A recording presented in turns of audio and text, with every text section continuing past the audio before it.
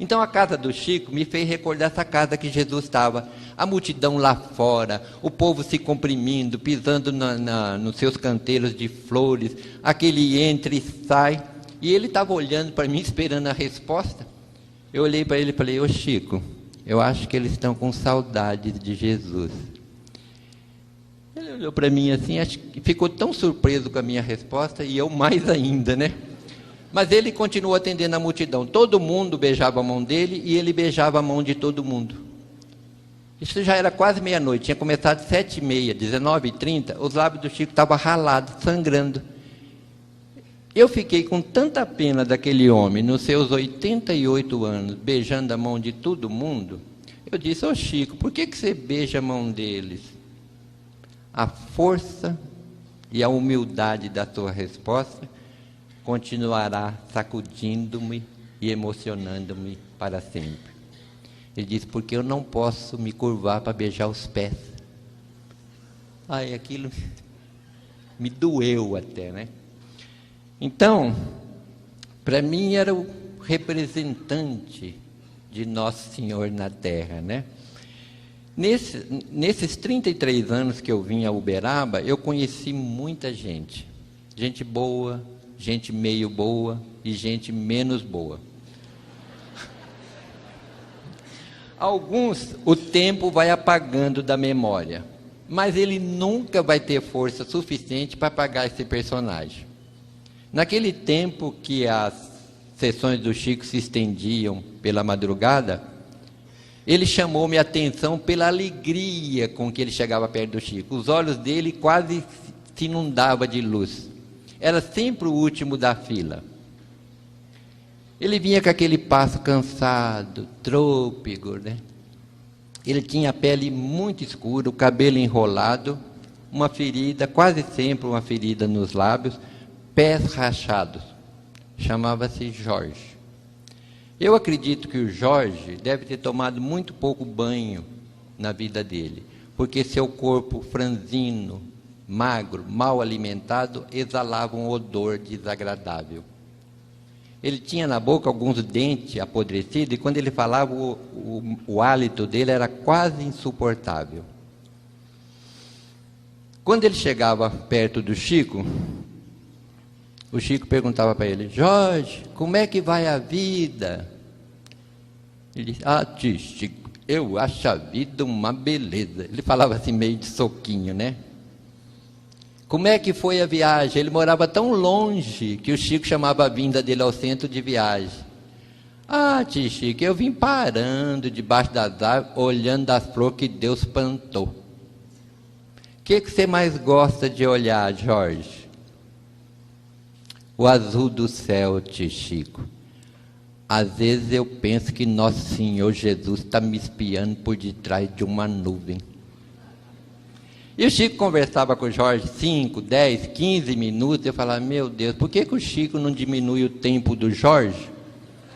E dá mais tempo às outras pessoas. Teve gente que viajou milhares de quilômetros, veio de Fortaleza, Manaus, e ele mal pegou na mão dele, ele perde tanto tempo com esse cara aí. Mais tarde eu fui entender que somente o Chico Xavier seria capaz de parar para ouvir e entender o Jorge. Ninguém lhe dava atenção. Quando ele chegava perto dos espíritas, foi a única vez na vida que eu vi todos os espíritas ser tão caridosos. Eles enfiavam a mão no bolso, davam um trocado que era para ele sair de perto. Então ele ia comprar pipoca, guaraná, doce, ele tinha uma capanga, ele jogava tudo dentro da capanga, dinheiro, que dava, depois ele dava um nó. Aí eu falei: bom, agora acabou. Aí o Chico falava: agora o nosso Jorge vai declamar uns versos. Eu chegava até a me virar na cadeira, assim, né? Aí o Jorge declamava 2, 3 versos. Eu falava: agora acabou. Aí o Chico falava assim: agora, para nossas despedidas, declama aquele que eu mais gosto. Ele falava: qual, tio Chico? Aí o Chico falava: aquele da moça que você ia roubar. Ele falava assim: ah, tio Chico, eu já me lembrei. Ele tinha um paletó de casimira, ele botoava o seu único botão, apertando aquele corpo sofrido, né? Naquela hora da madrugada, o centro do Chico continuava esfervilhando de gente. Todo mundo queria ver a conversa dele com o Jorge, né? Aí o Jorge olhava para ver se estava todo mundo olhando para ele e sapecava assim, inflado de orgulho. Menina, penteie o cabelo. Joga as tranças para cacunda. Queira Deus que eu não te leve de domingo para segunda. O Chico ria, a gente ria, o Jorge ria, mas mesmo assim o riso do Jorge era um riso dorido, porque os lábios dilatavam, a ferida sangrava. Aí ele se aproximava do Chico e dava uma importância para ele, que nesses anos todos eu nunca consegui ver, ele jogava dentro do embornal e amarrava.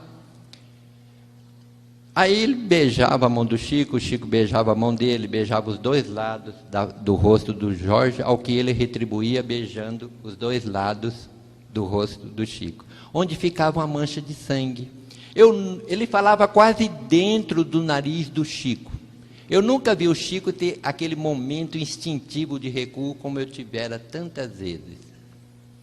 Eu nunca vi o Chico se limpar na presença do Jorge, nem depois que o Jorge tinha ido embora. Eu que muitas vezes na casa lá do Chico pegava um pano de prato, molhava na torneira e limpava o que nós chamávamos carinhosamente de o beijo do Jorge. Eu não saberia dizer quantas vezes eu pensei em levar um chinelo para o Jorge, uma camisa, uma botina. Quando eu lembrava, eu não sabia o número. Falava, na próxima vez eu pergunto. E o tempo foi passando, eu não levei nada. Não levei nada e me lembro do apóstolo Paulo. Façamos o bem enquanto temos tempo. De repente, fica tarde demais. O Jorge desencarnou numa noite fria aqui em Uberaba. Esquecido do mundo, esquecido de todos, mas não de Deus.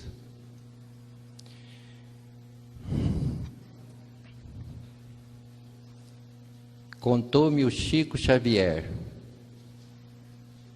na presença do Bacelli e da Márcia, contou-nos. Eu me lembro perfeitamente que o Bacelli falava assim, este é meu. Eu falava, não, esse quem vai contar sou eu, né? A Márcia dizia assim, vocês vão brigar por causa desse caso do Chico? Lembra disso? Aí, o Chico contou-nos que a personalidade sublime de nosso Senhor Jesus Cristo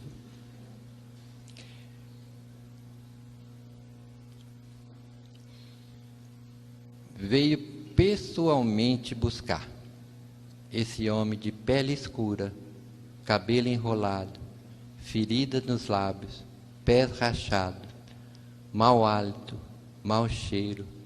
Retirou ele do corpo que estava envolto em pedaços de coberta, aconchegou-o de encontro ao peito e voou com ele para o espaço, como se carregasse o mais querido dos seus filhos. Não vos deixarei órfãos, estarei convosco até o fim dos séculos. Ele não faria uma promessa que não pudesse cumprir. Um dia eu estava no Acre, considerado o estado mais pobre da federação, eu estava num sufoco. Eu não vejo espírito, não ouço espírito, não sinto espírito, mas na minha imaginação, eu tive a impressão de ver, porque tinha muita gente, eles pensavam porque eu era amigo do Chico, sabia alguma coisa, né? Eu tive a impressão que o Jorge entrou pela porta da federação, veio andando, chegou perto e disse assim, conta minha história para eles, senhor. Há 2 anos eu estava em Portugal, no Centro Espírita Casa do Caminho, de nosso irmão Rui Marta e nosso irmão Joaquim, que vieram especialmente para esse encontro, também num sufoco. Quando eu olhei para a porta lá do centro do Rui, Eu tinha a impressão, ou a minha imaginação, que o Jorge entrava e dizia assim: conta a minha história para ele, seu. E hoje, quando eu estava terminando, com saudade de Jesus, eu tive a impressão de que ele atravessou o corredor,